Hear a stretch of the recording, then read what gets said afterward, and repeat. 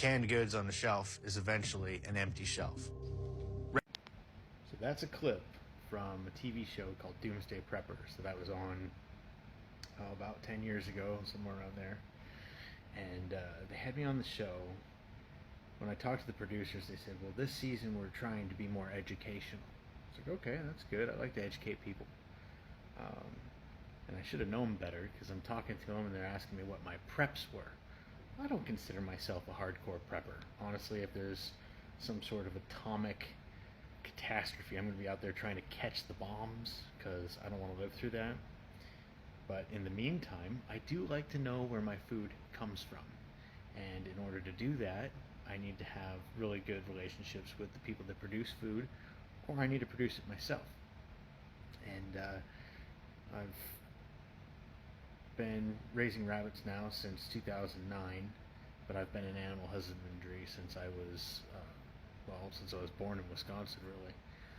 But anyway, so the Doomsday Preppers people, they called me up and they asked me what my preps were and what they could put on camera. And, being that I'm not really the Doomsday Prepper type, I was like, well, I'm more of a homesteader. I'm growing my own food, but I'm also a biofuels geek. I like to play around with alternative fuels. And if you followed me for any amount of time, you'll know that that's what actually got me into the rabbits in the first place. I wanted a pelletizer designed by nature. My plan was to feed the rabbits unorganized biomass and use the manure, which would be a predictable size, moisture content, density, basically a predictable pellet coming out of them. So I got into rabbits for the poop, and I built a system that would take dried rabbit manure, and the process is gasification. I've done videos on it. Look through there. About a year ago, I had a few videos on how to produce carbon. Anyway, so gasification was what I was playing with, and anaerobic digestion for methane production. Methane is a fuel. If you can produce it and harness it and run it through an engine, you can basically run generators for free, vehicles for free, lots of good stuff like that. So I got these 5 rabbits and started harvesting their manure, and came up with the math is about 11 pounds of rabbit manure will replace a gallon of gasoline in joules produced. Basically, if you were to compare the weight of gasoline to the weight of rabbit manure, that's pretty much it. 11 pounds equals a gallon of gasoline, which weighs 6.23 pounds, something like that. Anyway, so I've got these biofuels projects going. Got an anaerobic digester producing methane, and once a day I would bleed the methane off and light it on fire. And because I didn't have a compressor to compress it down into canisters to use it as a a propane replacement, which was my plan. But the compressor that will compress methane, it's like $4,000, and I mean, this was just stuff I was doing for fun, so I didn't really want to drop that kind of jack on a project. But anyway, back to the Doomsday Preppers. The producers called me up, asked me what my preps were, and I told them about the methane bleed off that I light on fire every day. And the lady's like, so you got a flamethrower that runs on rabbit poop? And of course I like attention, so I said, well, yes, I do. Could you show us that for TV? Yes, ma'am, I can. And so we dinked around with it a little bit, trying to show off the methane production and all that stuff. But the problem is, I was too legitimate for the show. Like, I showed them that I was knowledgeable with alternative fuels, and the goal of the show is not to educate people and get them providing their own fuel and food.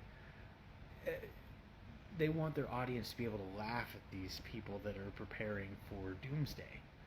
And most preppers are not preparing for doomsday. They just want to know where their food's going to be if we have some sort of realistic catastrophe. Like, I don't know, COVID-19 coming back and wiping out the store shelves like it did last time. Or maybe the USDA saying, oh yeah, meat no longer has to say that it comes from out of the country. Or, oh yeah, meat might not actually be meat anymore because we're growing some in the lab, and if you can't tell the difference, what harm is it?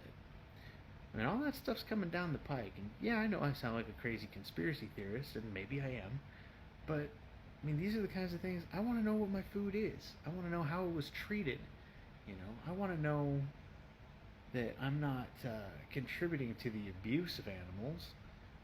Yeah, we got to eat meat. Humanity is meant to eat meat, but that doesn't mean we got to be jerks to the animals that we're raising. And when you centralize all of your food supply, that means that the people that will capitalize on the centralized food supply are going to pay the bare minimum to their workers, which I'm not advocating for higher wages or anything like that, but when you get a bunch of people making the absolute minimum, pushing cattle through a chute, they're not going to be kind and thoughtful to the cattle. They're going to be using those electric cattle prods as much as possible. I know I would be if I was trading time for money at the lowest rate possible. I'd be pretty pissed off, and I'd probably take it out on the cows. I'm not condoning that. I just understand that that's probably what happens. So in order to avoid that, I like to know where my food comes from. I've got friends around here that are raising cattle, and we trade rabbit meat for beef. And same thing with pork. And I've got quail and rabbits, so I can change up my diet a little bit. But anyway, back to the TV show. They didn't want to show off the methane generator. They didn't want to show off the gasification unit. They didn't want to show off any of the good work that I had done because, like I said, it fought their narrative. So instead of focusing on that, they took it the other way, and they're like, well, you could weaponize this, right? I'm like, well, yeah, anything that lights on fire, you can weaponize it. You give me a bottle of alcohol and a rag, and light the rag on fire, and boom, you've got anti-personnel, anti-tank weaponry. Not that I'm going to be out there throwing Molotov cocktails, but I know how to do it if I need to. So the principle behind the rabbit poop powered flamethrower was that, anything that's made of hydrocarbons can burn. And if you can increase the surface area of a hydrocarbon enough, you can get it to explode.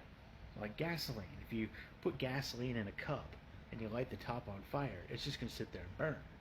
But if you can get enough oxygen surrounding all the little molecules of gasoline, you can make it explode. Same principle with any powdered hydrocarbon. So I knew that. I decided to just take a couple chunks of PVC, throw in some ground up rabbit manure, and hook a shop vac up to one side of it and blast it through a pilot flame. And it did exactly what I thought it would, which is light on fire and make a giant fireball. It smelled amazing, by the way.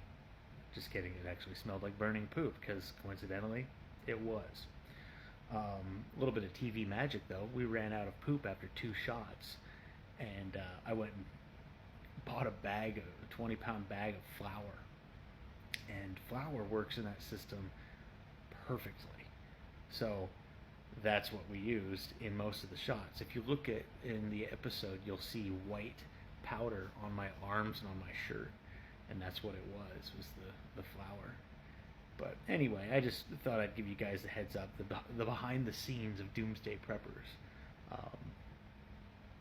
But anyway, if you watch the show and you read between the lines of the script, you realize that I was trying to let people know that with rabbits and quail, you could produce your own food and fuel, and you should do that. And if you've got more questions about that, I've got a website, hostlehair.com. There's a link in the bio, and I'll help you get going on it. So if you stuck around for the full 10 minutes of this video, thank you. I appreciate the attention. So yeah, ask me any questions that you've got. I'd love to tell you.